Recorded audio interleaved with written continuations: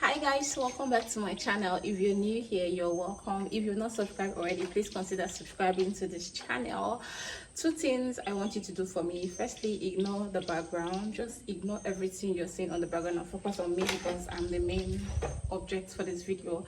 And then secondly, make sure you don't leave this video without subscribing. Make sure you don't leave this channel without subscribing. So this video is not supposed to make you scared. If you're not yet giving birth, this video is not supposed to instill fear in you. It's supposed to enlighten you. Even though I'm scared, I'm just trying to come out of my fear. So that is just why I am making this video. So in case you don't know, I'm a nursing student and presently I'm currently doing our community experience in one neighboring village that is close to my school. So because it is an health center, the things health center, the services health centers render are basically immunizations, vaccinations, and then giving birth. A midwife is always in charge, so she render birth services. So because this place is like a community, the hospital is kind of far from this neighborhood.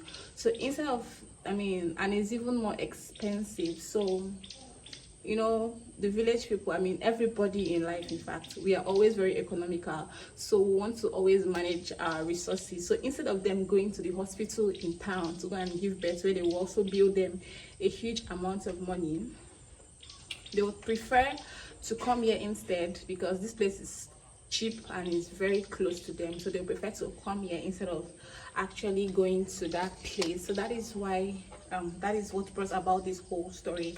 And then I have witnessed, I don't work here alone, I work here with some of my colleagues. So I've witnessed few deliveries.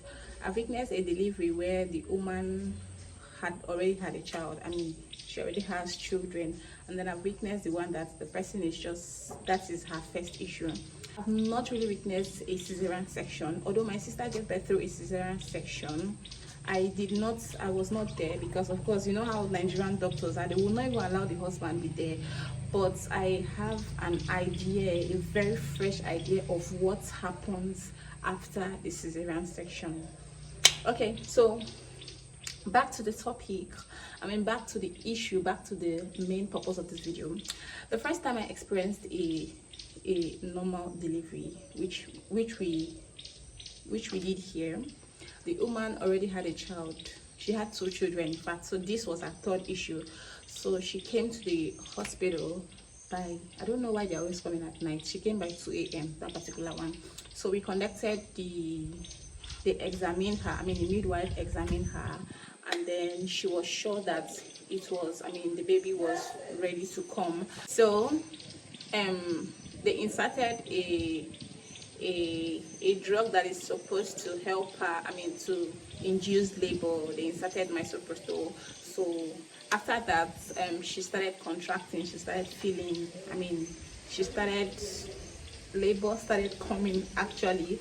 So we took her to the labor ward. The midwife inserted her hand to see if the cervical os was open and if she was fully dilated.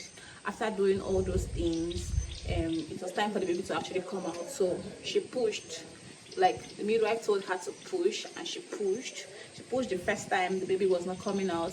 She tried the second time, the baby was not coming out. She actually tried the third time and the baby's head was coming out. So as the baby's head was coming out, we had to, there's another staff that works here. They're actually 2, the midwife and her assistant. The assistant is just a regular nurse like us. So the assistant was now, the assistant now applied a manual labor. Manual labor is that it means that she has to come to the head of the patient and try to push the baby downwards, you understand, trying to support the mother's own pushing. So that was what she did, and the baby pumped out. The baby came out. So that was very much easy. When we saw that one, we were like, oh, delivery is so simple. Why are people saying that this thing is hard? Why are people always fond of discouraging people? That was what we had in our mind, because this one was not too It was difficult, but it was not too difficult because this person already had experienced childbirth too, for that matter, so it was quite easy and simple. The other one we saw was where the problem actually started coming out, started creeping in from. This person had not given birth. This was her first issue, so it was very, very difficult for her. And then the midwife checked her. The cervical also was very close, and then she wasn't dilating, but she was feeling, she was in labor. She was this kind of thing, but she was not dilating. The cervical also was still closed. Everywhere was still tight. So as usual, they had to induce her, and then we had to wait for some time for her to start, for her to be fully dilated. She came by 12 a.m. this one. So from 12 a.m. till the next morning, we did not sleep. We were all awake waiting for her to be dilated so that we can deliver this baby. So she continued like that from that 12 a.m. She was she was doing all those things till around 6 a.m. It was when 6 a.m. came, and we were very sure that she was not going to be dilated. Like she would not. This baby is not ready to come out peacefully. The baby wanted fight. That was when the midwife. This is rain. So that was when the midwife actually gave her oxytocin.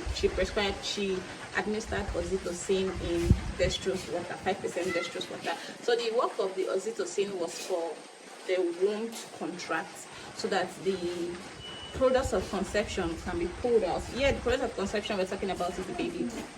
So oxytocin was administered, and then the dextrose water was also administered. So it was working up for the baby to be expelled outside.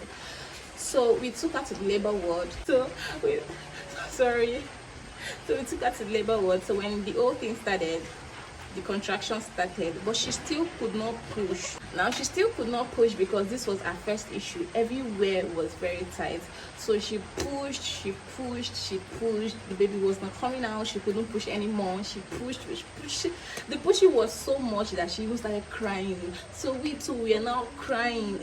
We like me and my fellow students, we had not experienced this kind of wahala before. So this was our first time of seeing how hard labor can be.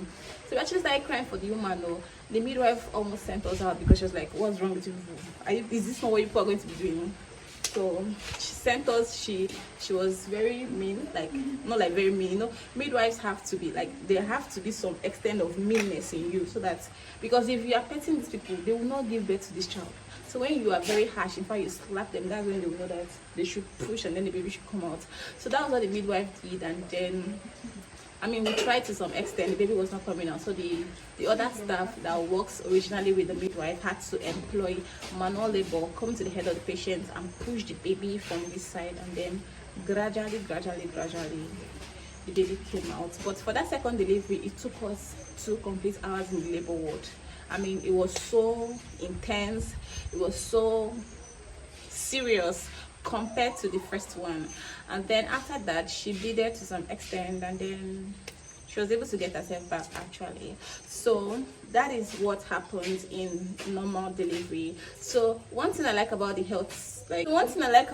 this health center in particular is if you want to give birth in a hospital, I am not sure the doctors will pay so much attention to you as the midwife did in this place, in the sense that once they tell you to push once, you can't push twice, you can't push, see her straight.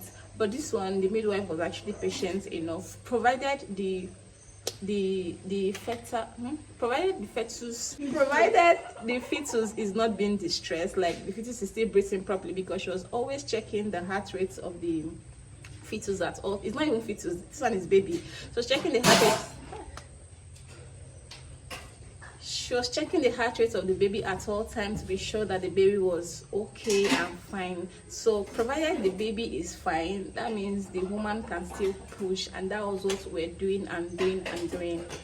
compared to the cesarean section is always very peaceful. I mean, you don't get to feel the pain at that particular time when they are actually performing the operation, because of course your body is already filled with so many anesthesia, so you don't even know what is happening to you.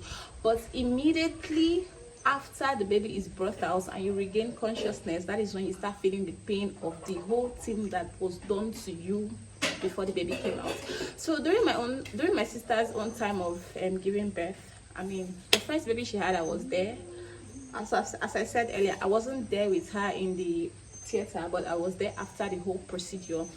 I could feel the pain she was feeling. Like, it was so much on her. She couldn't even carry her own baby. She couldn't breastfeed her baby. She couldn't take care of her own self. She was so independent. She was dependent. She was dependent on everybody that was around, so she couldn't do anything on her own. So, and it was so painful. So that is just how it was for her at that time. At some point, she actually started regaining consciousness. She started doing things for herself, but that was about some days later. If you must go through a normal delivery is always painful at that particular time. The time where you are giving birth to that baby is when you feel the pain very, very well. You feel the pain intensely. It is when you start regretting why you ever were pregnant, why you ever took in, why you ever even got married in the first place.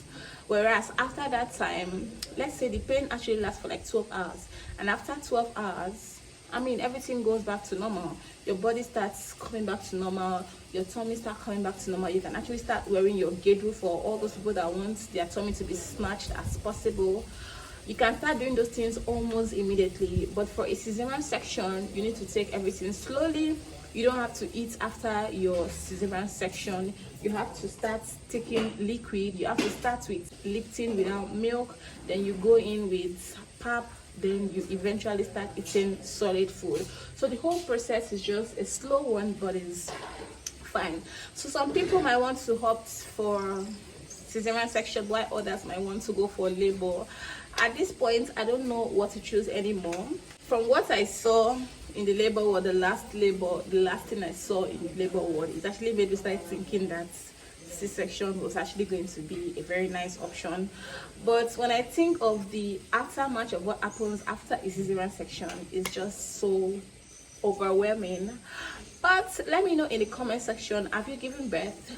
What method or how did you give birth to your child?